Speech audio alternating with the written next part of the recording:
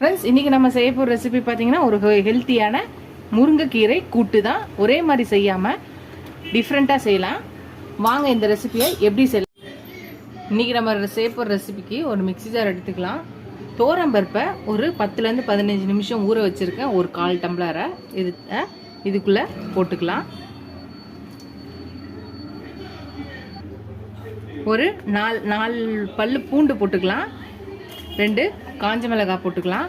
1 spoon சீரகம், 1 spoon மிளகு. வேணும்னா ஆப்ஷன் சோம்பு இருக்குது 1/2 ஸ்பூனு. வேணான்னா ஸ்கிப் பண்ணிக்கலாம். இதுக்கு பதில் நீங்கள் தனியாக கூட போட்டுக்கலாம்.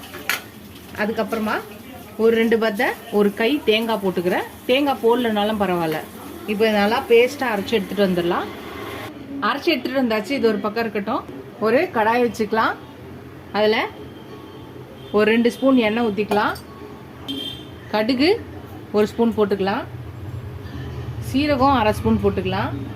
உளுந்து ஒரு 1/4 ஸ்பூன். ஒரு 2 காஞ்ச மிளகாவை கிளி போட்டுக்கலாம். இது நல்லா வெடிட்டோம்.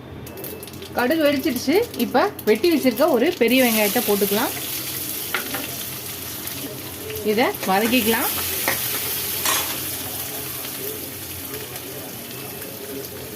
ஒரு 1/2 ஸ்பூன் மஞ்சள்தூள் போட்டுக்கலாம். இப்போ இதையும் சேர்த்து நல்லா வதக்கிக்கலாம்.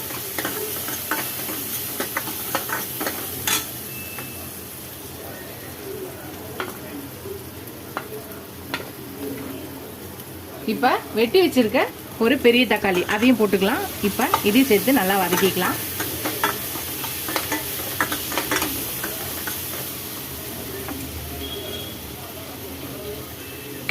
இப்போ இதுக்கு தேவையான அளவான உப்பு போட்டுக்கலாம்.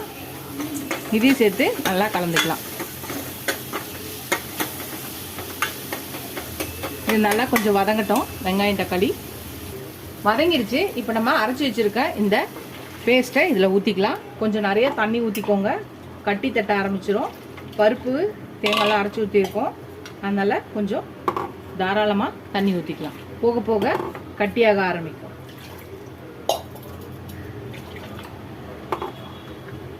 இதை கலக்கிக்கலாம்.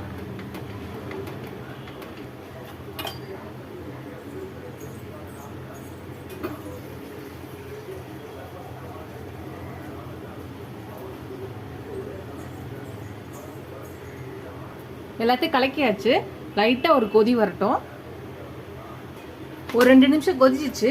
இப்போ நம்ம கழுவி வச்சிருக்க முருங்கைக்கீரையை போட்டுக்கலாம்.